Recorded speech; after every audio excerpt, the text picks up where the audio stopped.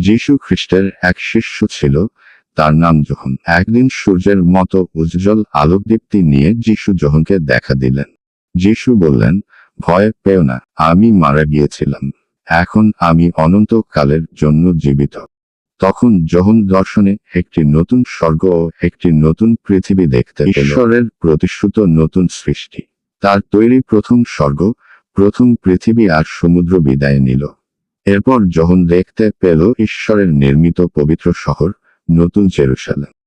এটি স্বর্গ থেকে পৃথিবীতে নেমে আসছে। এতই সুন্দর লাগছিল যে দেখে মনে হচ্ছিল বিবাহের দিন কোন নববধূ তার স্বামীর সঙ্গে প্রথম দেখা করতে আসছে। এরপর যোহন ঈশ্বরের সিংহাসন থেকে একটি গর্জনকারী শব্দ শুনতে পেল, এখন থেকে মানুষের মাঝে হবে ঈশ্বরের বাস এবং তারা সবাই মিলেমিশে একসাথে থাকবে। এই নতুন স্বর্গ আর নতুন পৃথিবীতে কেউ চোখের জল ফেলবে না, কেননা মানুষের কোন যন্ত্রণা থাকবে না আর মৃত্যুও থাকবে না।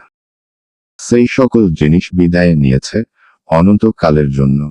ঈশ্বরের সিংহাসন থেকে একটি গর্জনকারী শব্দ বলে চলল, আমি আদি, আমি অন্ত।